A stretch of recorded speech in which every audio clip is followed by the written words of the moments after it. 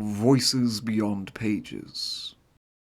This is The Night Lord's Omnibus by Aaron Dembski-Bowden.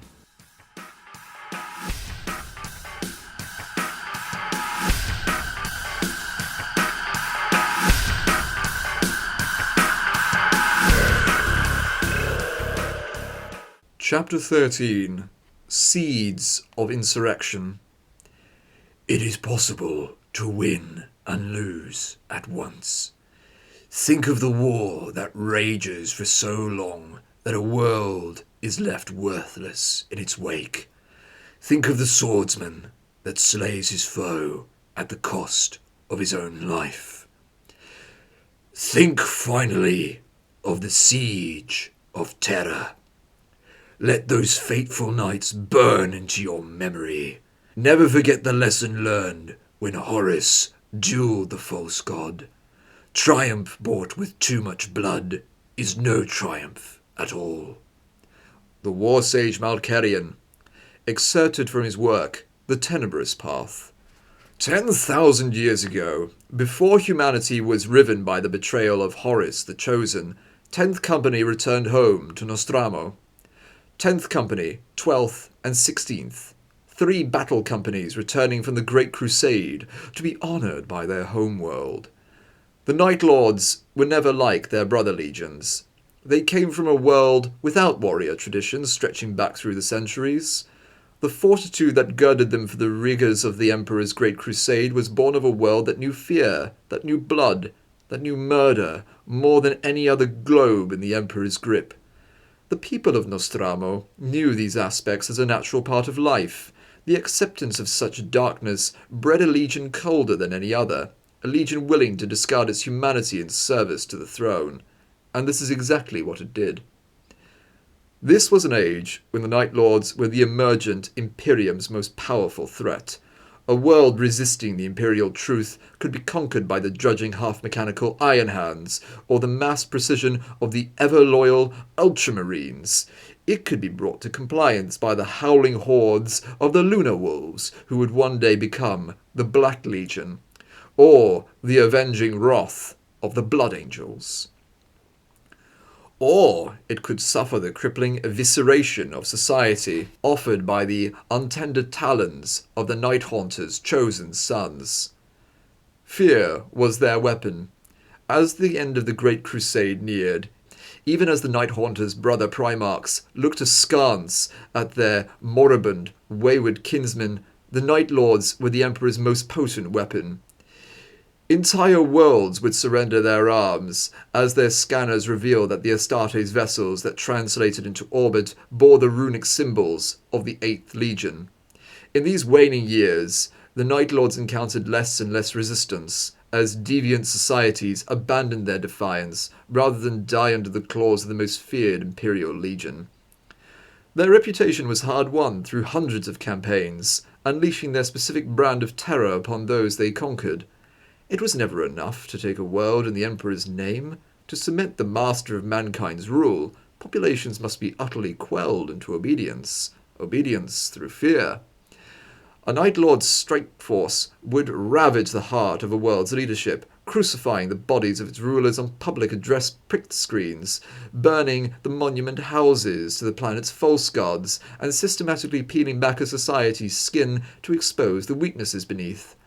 In their wake, shattered populations lived the lives of loyal, silent, imperial citizens, never even whispering a word of rebellion, and as the years passed, resistance faded. The gene-forged warriors of the Night Lords grew discontent with this, not only discontent but bored. When the order came from Terra, the insane demand that the Night Lords and their Primarch father return to suffer the chastisement of the Emperor, discontent and boredom faded, to be replaced by the birth of a new emotion. The Night Lords grew bitter. They, who had hoarded their humanity away in the fires of the Emperor's war, they, who had allowed themselves to be moulded into the Imperium's truest weapon of terror, they were to pay for these deeds, like sinners kneeling before an angry god? Indignity, madness, blasphemy. The last Night Lords to set foot upon the surface of Nostramo were the warriors of 10th, 12th, and 16th Companies, a homecoming of special rarity, for few Astartes ever saw their homeworlds again, and Nostramo was hardly renowned for doing honour to its sons fighting away in the Emperor's wars. The parade was modest but sincere, a gesture from the captain leading the 3 companies, as the expeditionary battle fleet refuelled and made repairs in the docks above Nostramo.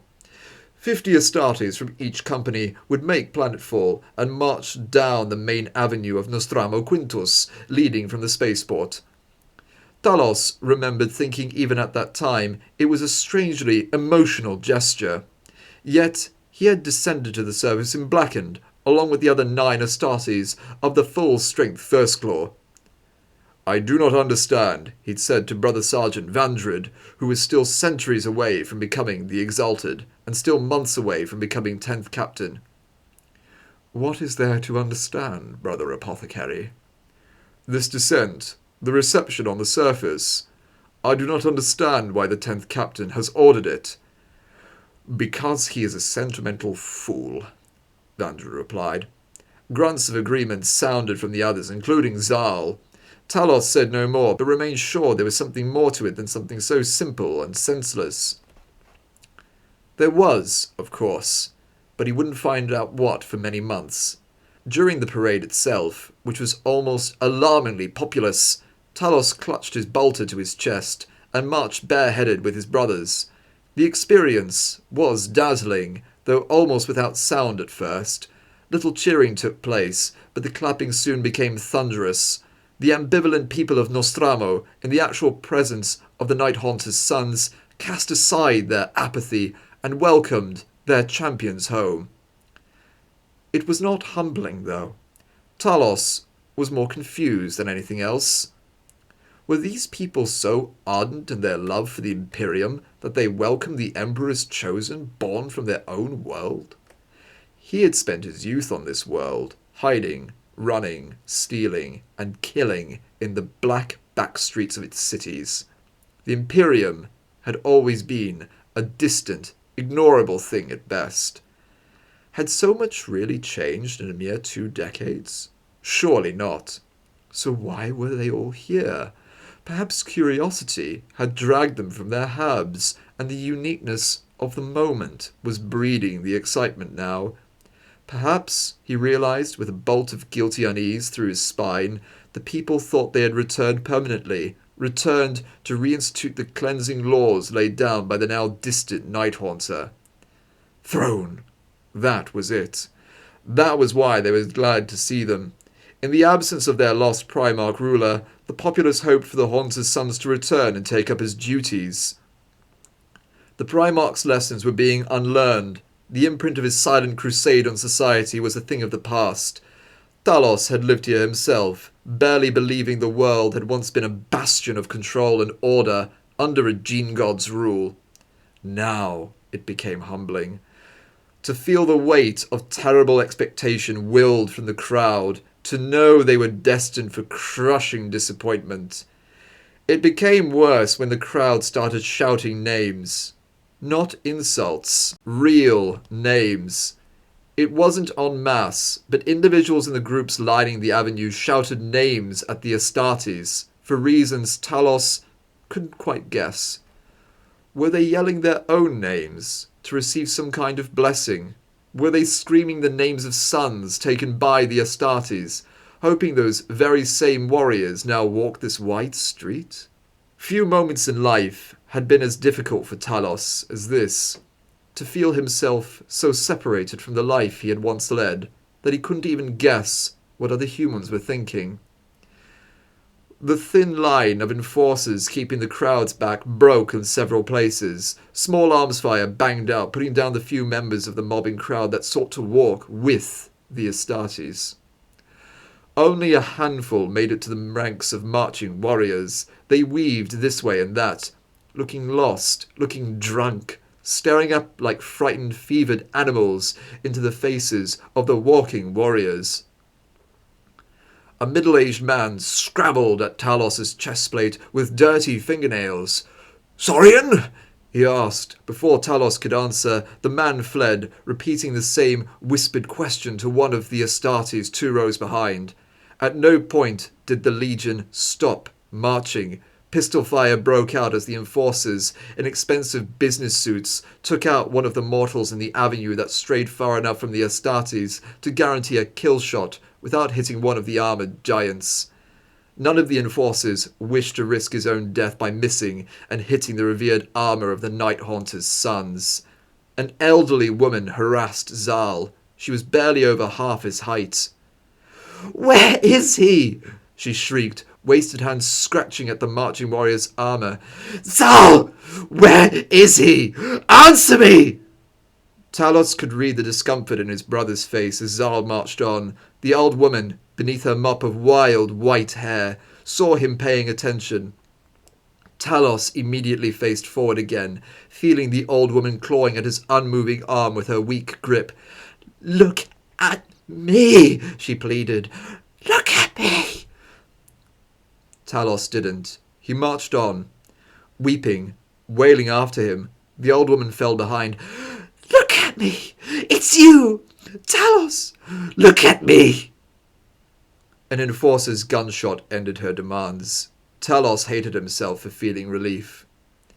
5 hours later, back aboard Blackened, Zal sat next to him on the restraint couches.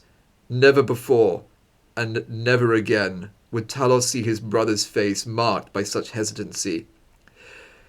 "That wasn't easy for any of us, but you did well, brother." What did I do so differently? Zal swallowed. Something seemed to dawn behind his eyes. "That woman, the one from the crowd, you didn't recognize her, did you?" Talos tilted his head, watching Zal carefully. "I barely saw her." "She said your name," Zal pressed. "Truly, you did not recognize her." "They were reading our names off our armor scrolls."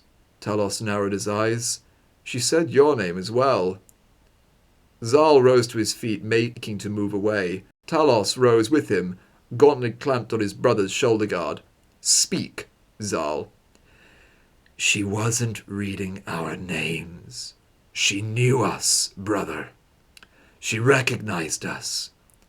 Even after 20 years and the changes wrought by the gene seed. Throne, Talos! You must have recognized her!" "I did not. I swear. I saw only an old woman." Zal shrugged off Talos's grip. He didn't turn around. His words echoed with the same finality as the gunshot that had silenced the old woman's pleas. "The old woman," Zal said slowly. "She was your mother." These thoughts echoed in Talos's mind now.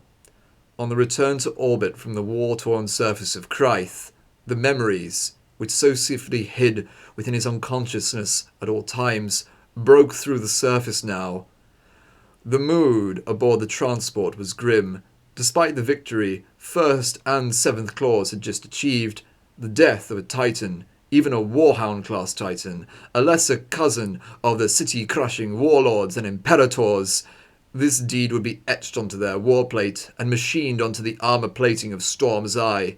Nostraman runes would tell the tale of their triumph until the night when their bodies lay cold and Legion brothers came to scavenge the relic armor. But the mood remained dark. Victory at such a savage cost was barely a victory at all. Talos records similar words written by the war sage Malkarian in the years after the Haunter's assassination. And with that thought, with that connection made, Talos's roiling mind, already lost in the coldest, deepest, and most furious pits of memory, turned blacker still. Assassination, murder, blasphemy. The last time he had wept was on that night of wrenching agony, standing with thousands of his brothers and watching the traitorous whore leave the fortress monastery, her gloved hands clutching their father's head by its lank black hair. Hours before, Talos had shared his last words with his gene sire. "My life the Primarch had said, head bowed before gathering his captains and chosen, has meant nothing. The bowed god weathered the shouted denials of his favoured sons, who all fell silent as he spoke again. Nothing. Yet I will amend that with my death. How, Lord? What glory will your sacrifice bring to us? These words from the Talon Master. So, Sahal, first captain. The same questions were uttered from a dozen lips. We cannot prosecute the crusade against the Imperium without you, declared Vandred, not yet the Exalted, not yet captain of the 10th, but already considered so gifted by the Haunter in matters of Void War. The Night Haunter smiled, somehow without animating his face beyond warping the blue veins beneath his cheeks. Our crusade of vengeance against the Imperium, against my father's false ascension to godhood, spins upon a fulcrum.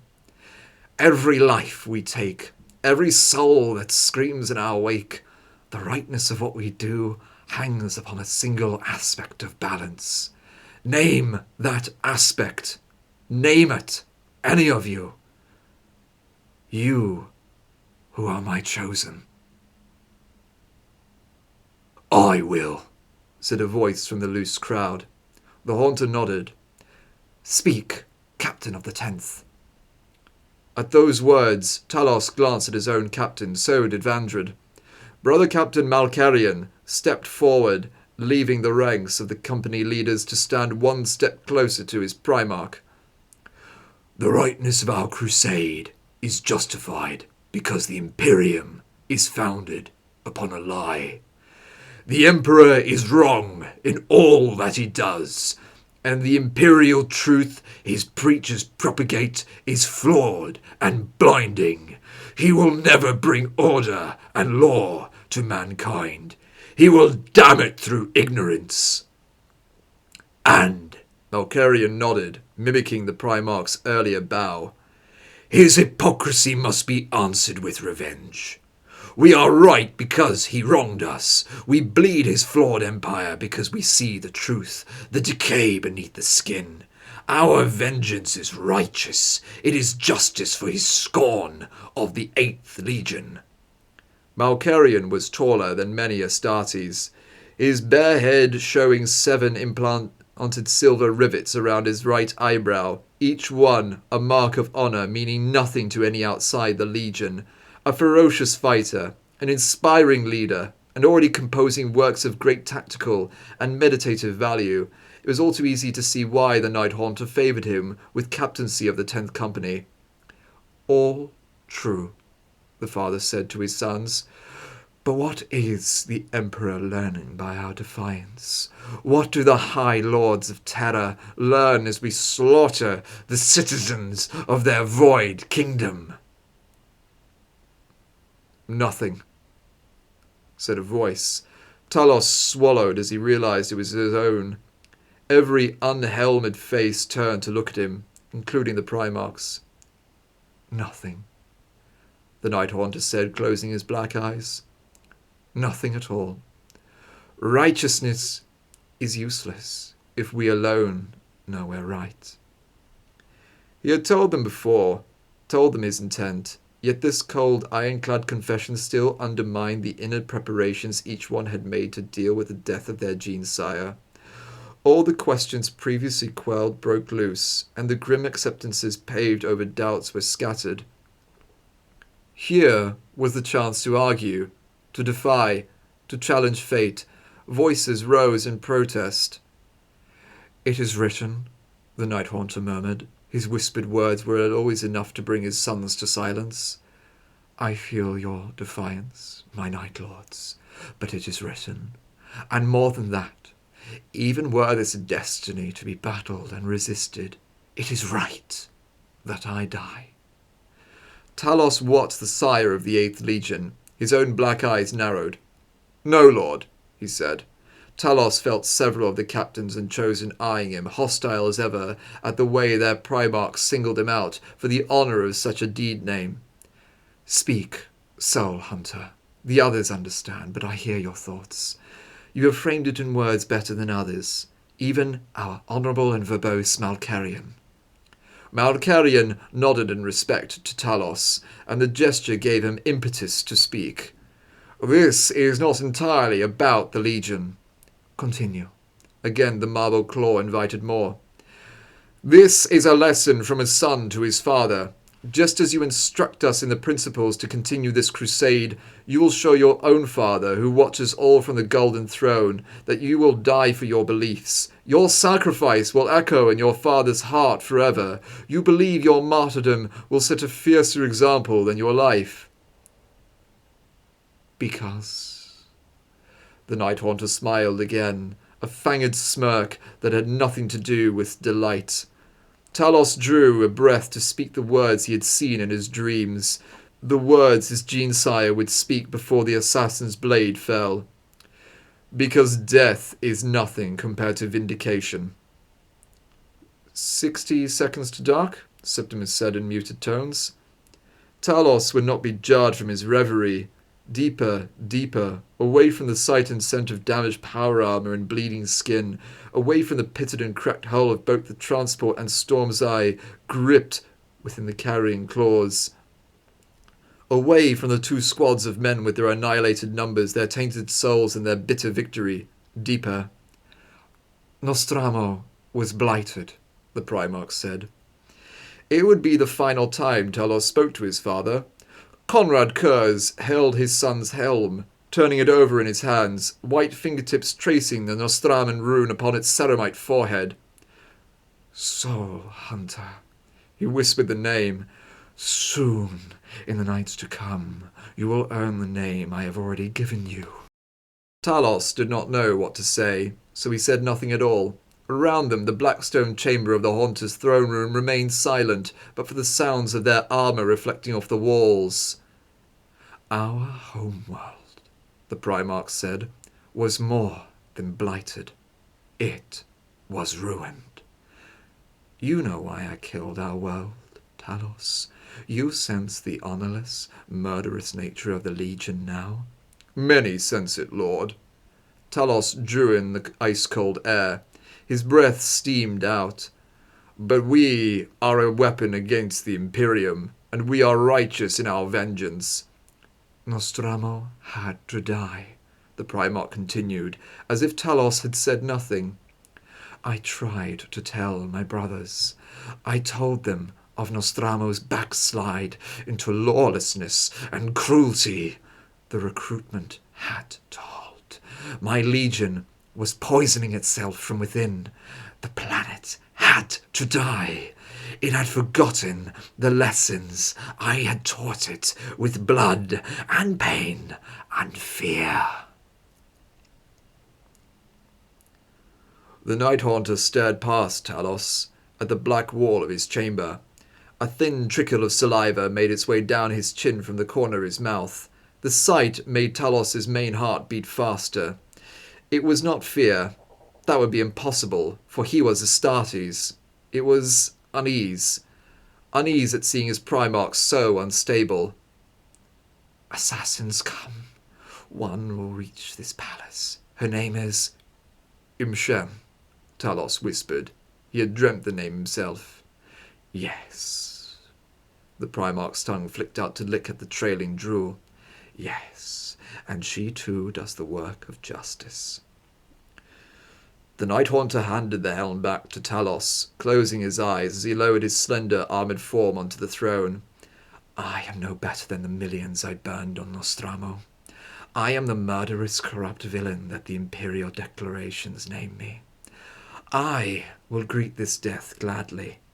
I punish those who wronged. Now my own wrongs will be punished in kind. A delicious and balanced justice. In this murder, the Emperor will once again prove me right.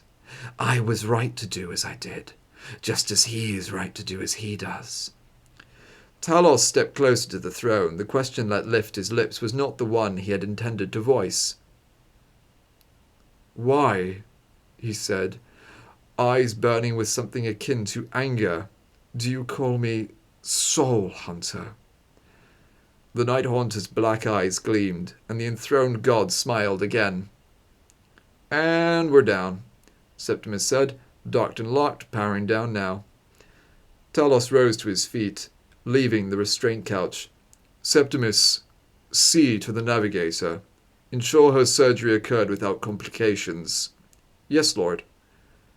First claw, seventh claw, Talos said, with me. We are going to speak with the Exalted.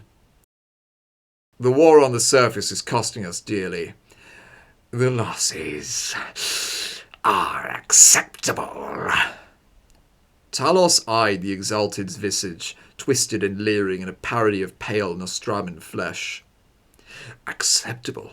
The prophet asked. By what standards? We have lost 9 Astartes since we made planetfall. The War Master is throwing us against the hardest targets on Krythe. And we break them. Embedded within every pure Astartes was the capacity to generate acidic spit. In Loyalist chapters descended from flawed gene seed, this ability was occasionally hindered, stunted, or absent altogether. The Night Lords were not impure. At the Exalted's obdurate display, Talos felt his saliva glands tingling, responding to his annoyance. With a whispered curse, he swallowed the burning venom, where it would dissipate harmlessly in his stomach acids. It stung on the way back down his throat. Yes, we break them, and we break ourselves upon them. We are fighting the Mechanicus.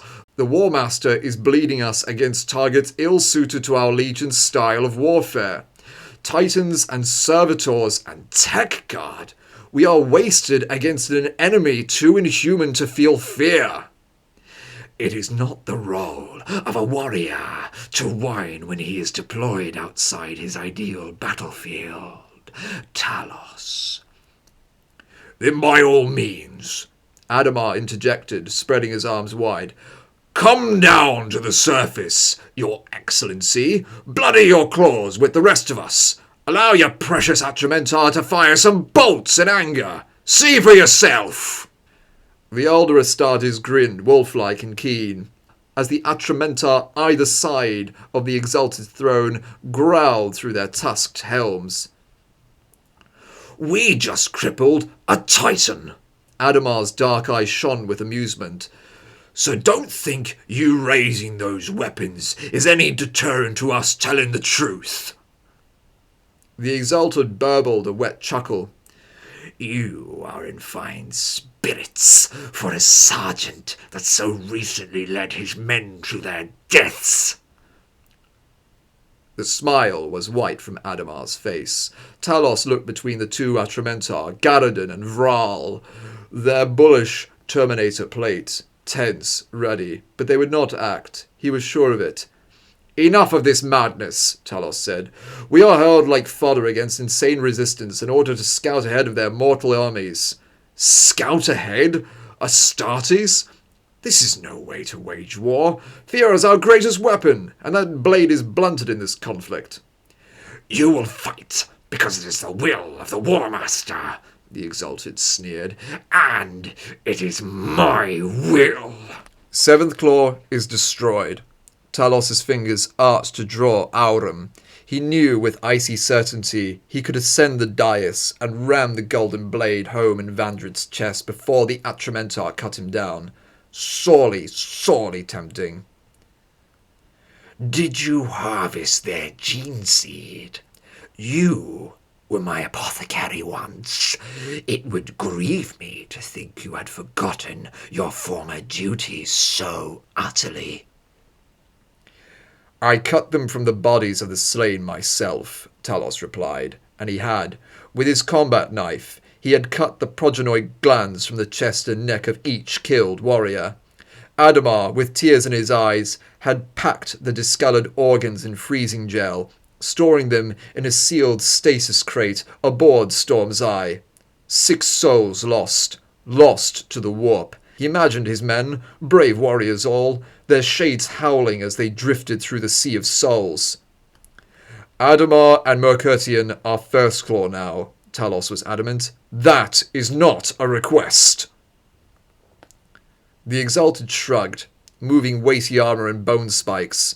Matters of unit size and assignment were beneath him. And let us be clear, brother Captain Vandred, this war will see us dead. The War Master will bleed the 10th to the bone because we are expendable to him. The survivors will, by virtue of no other choices remaining to them, join the Black Legion. The War Master, 1,000 praises upon his name, has granted his forgiveness for your outburst on the surface of the prison world. The Exalted's ruined teeth glistened unpleasantly. Do not abuse his generous nature, Talos. Talos looked at the Atramentar. Garridan had been there. Had he not explained the truth of the matter? The War Master sought to create divisions between the landing party. He wanted me because my second sight is not blinded, as his own seers suffer. I cannot believe you still refuse to see the light of truth. Garridan was with us. Surely he... The hammer of the Exalted relayed all that occurred. The only flaw the Black Legion was guilty of was allowing our Thunderhawk to be overrun by prisoners. Are you insane? Talos took a step closer. Both of the Atramentar brought their weapons to bear, Garridan hefting his hammer and Vral's lightning claws sparking into hostile life. They blew the main ramp door open with explosives. The Exalted did not answer, but the smile revealed all. It knew. The Exalted knew, and had always known. It simply did not care. The loss of Talos, no matter how precious a commodity his prophetic gift was, would be an acceptable sacrifice in the name of the War Master's continued goodwill. Talos's next words came out as a whispered threat. If you think I will allow you to lead the 10th into the grave because you hunger so feverishly for Abaddon's good graces, you are sorely mistaken. You seek to usurp me, Soul Hunter? The Exalted still smiled. No. I seek leadership for the surface conflict. I want to win this war and still have a company to come back to. Promoting yourself? How droll. Not I, Vandred. Finally, the Exalted reacted. It rose from its throne on squealing armor hinges. Its slanted, bird-like eyes narrowed. Do not speak his name. He slumbers too deeply. He will not awaken. I am the Exalted. I am the captain of the 10th. You will obey me. Enough, Vandred. You will not lead us on Kryth, and we are dying to your desire in order to please the War Master. We are fighting an enemy that lacks any human emotion. They do not feel fear, they will not panic. It is costing us life and resources to destroy such a foe in grinding traditional warfare. If their morale can yet be broken, it will not be done with bolters and blades, so we will use our own machines, the machines they once made for us. I am going to the Hall of Remembrance, finished Talos. First Claw, with me. With those words spoken, he stalked from the bridge, guarded by the sacred weapons of the newly forged First Claw. Outside, Syrians stopped. With the doors closed behind them, he leaned against the wall, head down as if stunned. A tremor overtook his right arm, and he held onto his bolter only because his fist tightened in uncontrolled clenching of tendons. In a broken voice that reached only Talos, he said, "Brother, we must speak. The Exalted's terrors are flooding him. He's finally drowning in them." I do not care. You should care. When you spoke of the Hall of Remembrance, what remains of Vandred within that tainted shell was weeping in fear. The Exalted and its guardians watched the squad leave. As the doors slammed closed in the Astarte's wake, Garridan lowered his ornate hammer, resting its haft on his shoulder once more. The black lion's face of his shoulder armor roared silently in the direction of the sealed doors. I will never understand why the Primarch honored Talos so highly, the Atramentar said. Vral, on the other side of the Exalted's command throne, voxed his own thoughts. He is fortunate. Luck favors him. He dreamed of the Navigator. Now he takes a Titan princeps prisoner. The War Master himself will praise that capture. You sound disgusted, brother.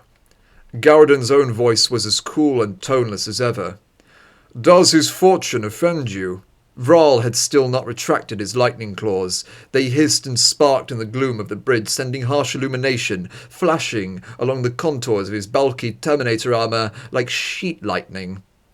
It does. He offends me with each breath he draws. The